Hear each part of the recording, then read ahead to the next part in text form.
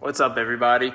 All right, so here for my 7 p.m. live that I try to do Monday, Wednesday, and Friday. Sometimes, some evenings I don't get to it, and other evenings I don't have enough questions to really do it.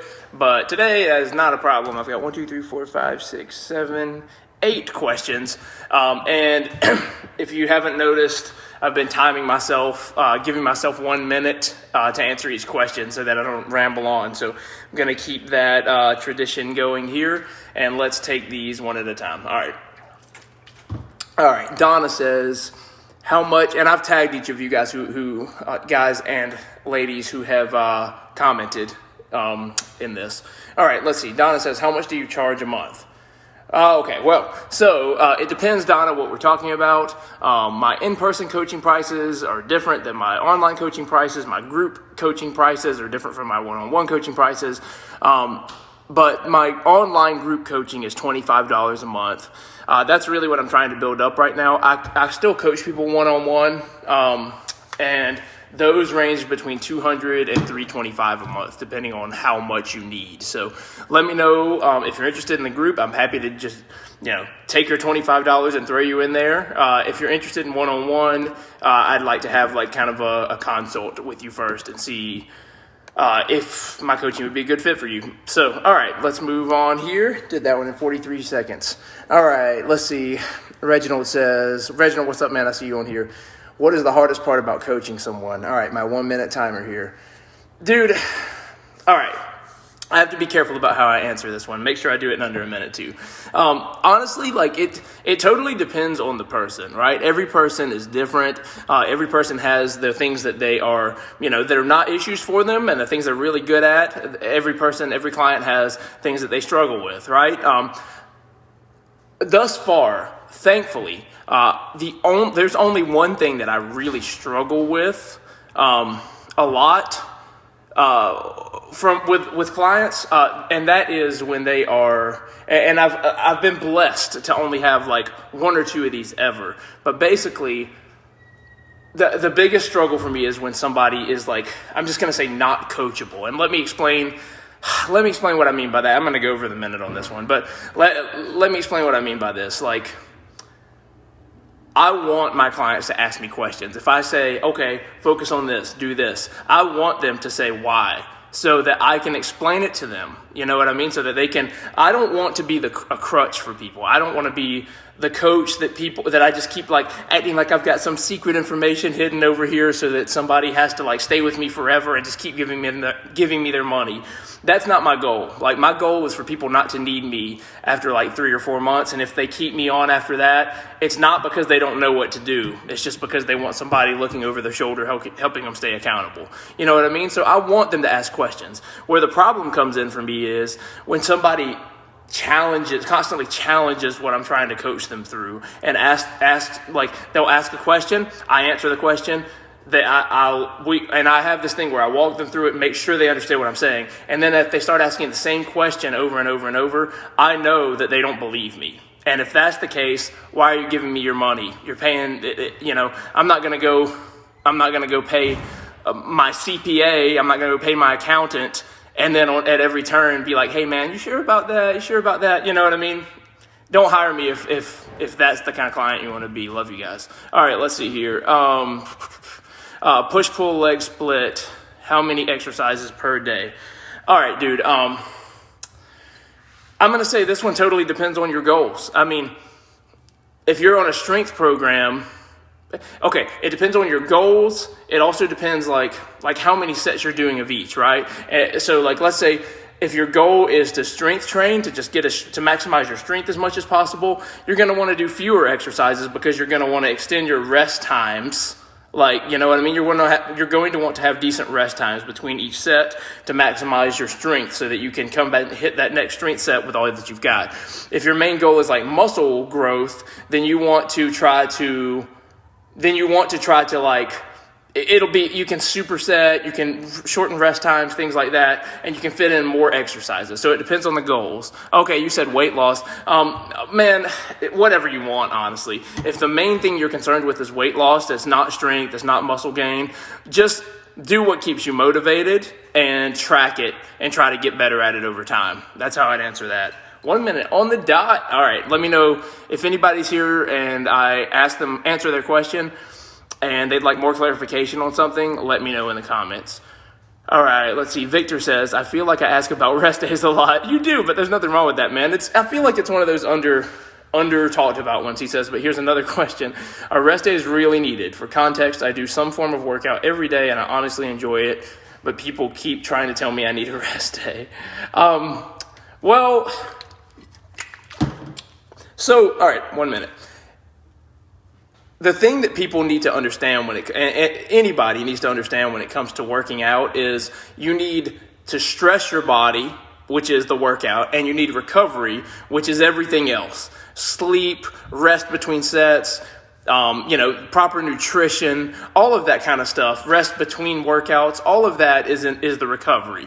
If you are going to the gym, you're working out, and you're doing that day after day after day, and you're continuing to make progress, then you're recovering well. If you're able to achieve the things that you're trying to achieve, then you are recovering well, and you don't need more rest days between workouts. But if you're just going in there and not really paying attention to what you're doing in the gym, you don't really have a plan, then I would encourage you to make a plan. And usually when people make a plan and then they track their progress, they do find that they need a rest day. But I would tell you, if what you're doing is working, no need to throw a rest day in there, man. All right, 1 minute. All right, let's see here. Let's see next. Will says, do you have an end-of-day routine that gets you ready for sleep? And if so, what are some of the key parts? Okay, that's a good question, dude. So I don't really have like the whole, I'm not like meditating at night and all that kind of stuff. Like I do have a routine. My routine is get home, have dinner with the family, help with some cleanup around the house while my daughter gets ready for bed. We get our daughters ready for bed, get them in bed and do the bedtime routine, and then just have some time hanging out with my wife. And then go to bed. That's my routine. There are some specific things I do to help myself sleep better. I cut off my caffeine intake 6 hours before bed. I go to bed at 11. So I don't have any caffeine after 5? That's usually when I cut off my caffeine intake. I use the night mode on my phone so that it cuts out the blue light. I actually sleep with a sleep mask on because I am weird. I have to have complete darkness to sleep, and it has been shown that helps. Like even there have been some studies out there and things like even if the light from an electronic is on in your room, like a light, it can disturb your sleep. But that's how I do it. I don't have anything that I don't have any issue sleeping as long as I have those things in place. All right. I'd love to hear other people's sleep routines, by the way. All right. Let's see here. All right. Eric says, I can honestly say finding time to do everything is difficult. Time to study, time to visit, time for family, and time to try and be healthy. The only reason I've been able to work out the last 6 months is because I am unable to visit with members of the church. All that to say, I'm open to suggestions for when life gets back to normal. Dude, all right, so okay, I'd love to help you with this, but I just met you online last week. I don't know your schedule, you know what I mean?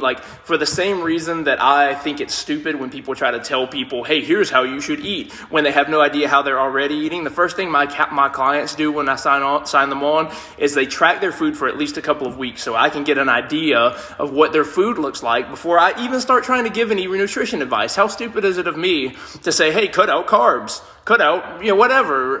If they're not even doing that. I don't know what their diet's like. For the same reason, I'm not going to give you schedule advice when I have no idea what your schedule looks like. So I'd love to chat one-on-one sometime, man, and help with this. That said, the one thing I will throw out there is time blocking will work for every single person. It just has to look very different. Some people have to have a lot more flexibility within those time blocks than other people. Some people can have a very specific one. But I'd love to chat, man. Let me know. All right, let's see here. All right, moving on. I see some comments coming in. What's up, everybody? Reginald, John. Okay, Reginald, weight loss. I saw that one. Aunt Debbie, what's up? Daniel, what's up, man? Aunt Deb, thanks. I'm glad you're enjoying it. Donna, hey, I answered your question earlier. I'm not sure if you saw that. JT, what's up, man? Good to see you here. Steven, hey, answer that biblically, LOL. I don't know which question you're talking about, dude. Let me know.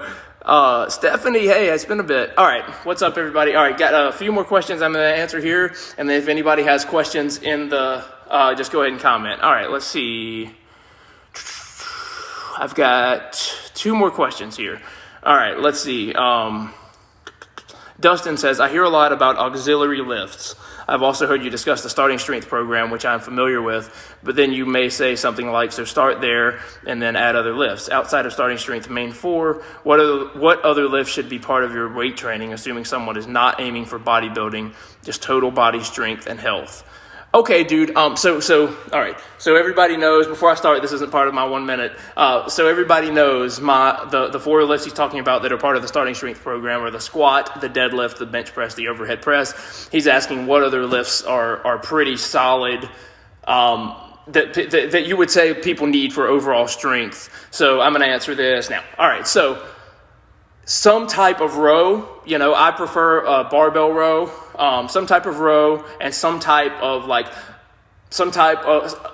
the things that are really missing from that are a vertical row and a horizontal row, or a pull rather, a horizontal pull and a vertical pull. So a vertical pull would be a pull up, a chin up, a horizontal pull would be a row. It might be a bent over, barbell row. It might be a cable row. It might be a one-arm dumbbell row on a bench. There's all kinds of things like that. So those would be the top 2 that I would throw in there.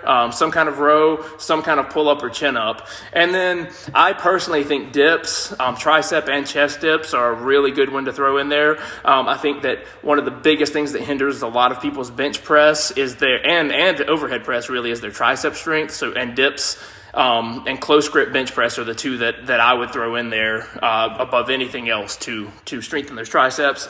And then, dude, honestly, it just depends on where you're weak. You know what I mean? Some people have specific weaknesses in certain areas that hinder those lifts. So that's what I'd focus on after that. You know what I mean? If you have super weak calves, that will impact your squat. If you have super weak triceps, like I mentioned, it will impact your bench press. So finding those weaknesses and then developing those. That's how I'd answer that. All right, let's see here.